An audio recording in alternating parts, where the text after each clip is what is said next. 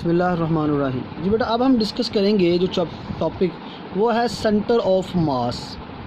Centre of mass basically एक point का नाम है। तो याद रखिएगा, सेंटर ऑफ मास क्या है? बेसिकली एक पॉइंट है जिसको हमने डिस्कस करना है।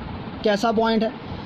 एक ऐसा पॉइंट जिस पॉइंट पे हम फोर्स लगाएं और फोर्स लगाने से वो जिस्म टर्न ना करे, रोटेट ना करे, घूमे नहीं, बल्कि घूमने की बजाय वो क्या करे, वो ऐसे सीधी लाइन में हरकत कर जाए।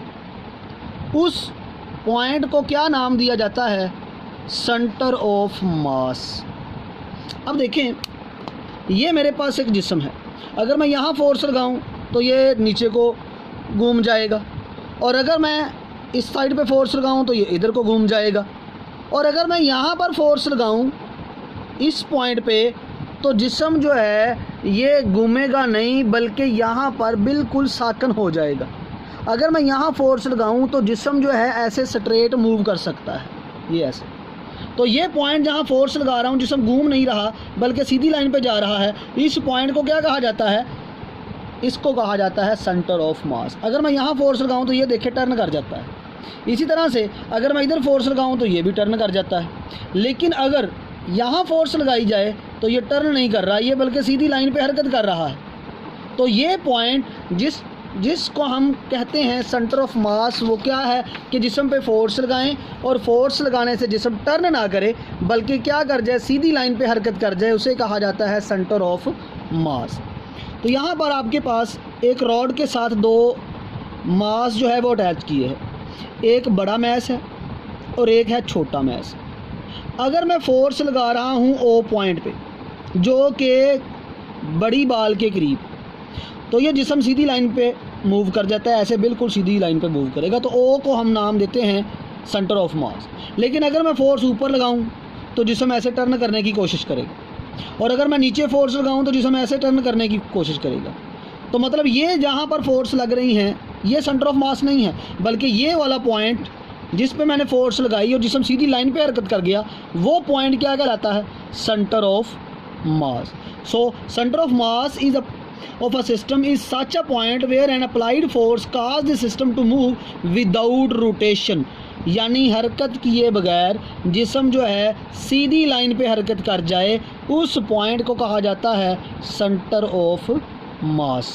तो ये आपने याद रखनी है बात। अब बात करते हैं सेंटर ऑफ ग्रेविटी की, कि सेंटर ऑफ ग्रेविटी क्या है। तो मोस्टली केसेस में सेंटर ऑफ मास जो है वही तकरीबन सेंटर ऑफ ग्रेविटी भी होता है। चंद एक केसेस ऐसे होते हैं जिनमें सेंटर ऑफ मास और सेंटर ऑफ ग्रेविटी एक ही पॉइंट नहीं होता, डिफरेंट हो सकते हैं, लेकिन वो यहाँ पे हम डिस्कस नहीं करेंगे। हमने सिर्फ इनको डेफिनेशन के अकॉर्डिंग याद करना है। तो सेंटर ऑफ ग्रेविटी जो है वो पॉइंट है जहाँ पर जिस्म का सारा वज़न डाउनवर्ड डायरेक्शन में अमल करता है, उस पॉइंट को कहा जाता है सेंटर ऑफ ग्रेविटी। से ये मेरे पास जिस्म है, इसको मैं यहाँ पर ऐसे साकन कर सकता हूँ, ऐसे यहाँ पे ये रुक सकता है। तो ये पॉइंट जहाँ पर ये ऐसे स्टिल हो गया, यहाँ पर इस जिस्म का सारा वज़न डाउनवर्ड डायरेक्शन में अमल कर रहा था। तो ये पॉइंट जहाँ पर जिस्म ऐसे साकन हो जाता है, स्टेबल हो जाता है, जिस पर उसका सारा वज़न नीचे को अमल कर रहा होता है, उस पॉइंट को कहा जाता है सेंटर ऑफ ग्रेविटी। और सेंटर ऑफ ग्रेविटी मुख्तलिफ तरह की शेप के लिए मुख्तलिफ पॉइंट हो सकता है। तो ये इसकी डेफिनेशन आपने याद करनी है। Point where the whole weight of a body appear to act vertically downward is called centre of gravity of the body, यानी वो पॉइंट जहाँ पर जिस्म का पूरा वेट डाउनवर्ड डायरेक्शन में अमल कर रहा होता है, उसे क्या नाम दिया जाता है? Centre of gravity. अब हम बात करते हैं चंद एक ऐसे ऑब्जेक्ट, ऐसी शेप की जिनका सेंटर ऑफ ग्रेविटी पेपर में पूछा जाता है। तो ये हमारे पास चंद एक डायग्राम है जिनके बारे में हम सेंटर ऑफ ग्रेविटी की बात करेंगे।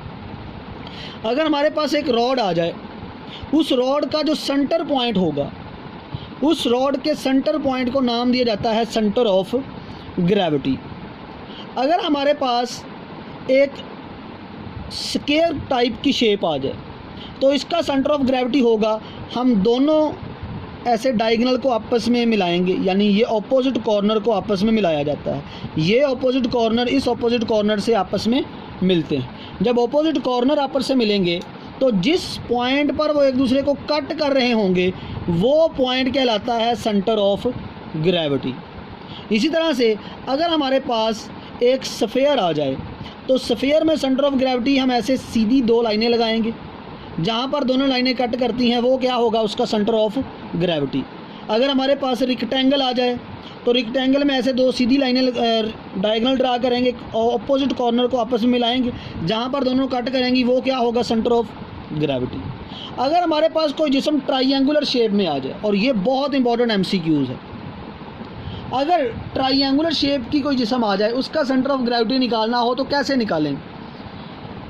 ट्राइंगुलर शेप में हमने मीडियन ड्रा करने होते हैं। मीडियन क्या है, ये साइड है, इस साइड का मिड पॉइंट लें, इस मिड पॉइंट को सामने वाले एंगल से मिला दें। ये साइड है, इसका मिड पॉइंट ले, इसको सामने वाले एंगल से मिला दें। इस साइड का मिड पॉइंट ले, इसको सामने वाले एंगल से मिला दें। जहाँ पर तीनों मीडियन, ये बात याद रखना है आपने कि यहाँ पर मीडियन का वर्ड यूज़ हुआ, जहाँ पर तीनों मीडियंस मिलते हैं वो पॉइंट क्या होगा, सेंटर ऑफ ग्रेविटी। तो मीडियंस जहाँ पे कट कर रहे हैं वो है centre of gravity for triangular shape object.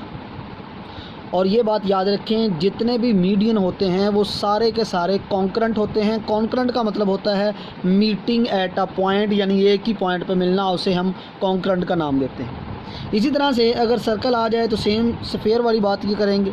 अगर हमारे पास सिलेंडर आ जाए तो हम क्या करेंगे, यहाँ पर क्रॉस की मदद से ये पॉइंट और ये पॉइंट, इन दोनों का जो मिड पॉइंट आएगा वो सेंटर ऑफ ग्रेविटी होगा। लेकिन MCQs जो ज़्यादा पूछा जाता है वो ट्राइंगुलर का, स्क्वायर का या रेक्टेंगुलर का पूछा जाता है। ये तीन चीज़ें जो हैं ये आपको अच्छे से इनके सेंटर ऑफ ग्रेविटी का पता होना चाहिए। स्क्वायर में और रेक्टेंगल में डायगोनल यहाँ पे कट करते हैं, लेकिन ट्राइंगल में मीडियन जहाँ पे एक दूसरे को कट करते हैं वो पॉइंट क्या कहलाता है, वो हमारे पास कहलाएगा उसका सेंटर ऑफ ग्रेविटी। उसके बाद बात आ जाती है centre of gravity of an irregular shaped. अब हमारे पास एक लकड़ी का पीस है या हमारे पास एक ऐसी चीज़ है जो कि इर्रेगुलर शेप है, जिसकी शेप कोई हम वेल नाउन नहीं है, ये हमारे पास एक शेप। अब इसका सेंटर ऑफ ग्रेविटी कैसे मालूम करें। इसका सेंटर ऑफ ग्रेविटी मालूम करने के लिए हम प्लम्ब लाइन का इस्तेमाल करते हैं। ये मज़दूर वगैरह या मिस्त्री वगैरह जो है उनके पास होती हैं, जिनकी मदद से वो क्या करते हैं, दीवार का लेवल बिल्कुल सीधा करते हैं कि दीवार बिल्कुल सीधी जा रही है या नहीं। तो हम क्या करेंगे, मुख्तलिफ पॉइंट पे इसको दीवार के साथ लगाएंगे। ये कीलों की मदद से हमने ABC 3 पॉइंट उसने दिखाए हैं।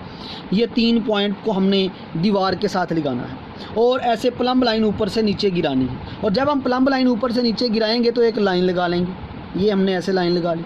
फिर ये B पे रख के हम ऐसे लाइन लगाएंगे, C पे रख के प्लम्ब लाइन ऐसे लाइन लगाएंगे। तो जहाँ पर ये प्लम्ब लाइन से बनने वाली लाइनें आपस में कट करती हैं इर्रेगुलर शेप में, वो जो पॉइंट होगा उसे क्या कहा जाता है, उसे कहा जाता है सेंटर ऑफ ग्रेविटी। तो प्लम्ब लाइन की मदद से क्या किया जाता है, सेंटर ऑफ ग्रेविटी फाइंड कर लिया जाता है इर्रेगुलर शेप का। तो ये आपने बात याद रखनी है, सेंटर ऑफ ग्रेविटी इस तरह से हम मालूम करते हैं। मुख्तलिफ पॉइंट पे कील लगा लिए जाते हैं, उन कील की मदद से हम प्लम्ब लाइन नीचे ड्रॉ करते हैं। यहाँ से ड्रॉ करेंगे, यहाँ से, जहाँ पे तीनों लाइनें आपस में मिल रही हैं तो वो हमारे पास क्या होगा जी, वो हमारे पास सेंटर ऑफ ग्रेविटी होगा इर्रेगुलर शेप का। यहाँ तक आज का हमारा टॉपिक है। नेक्स्ट हम डिस्कस करेंगे कपल।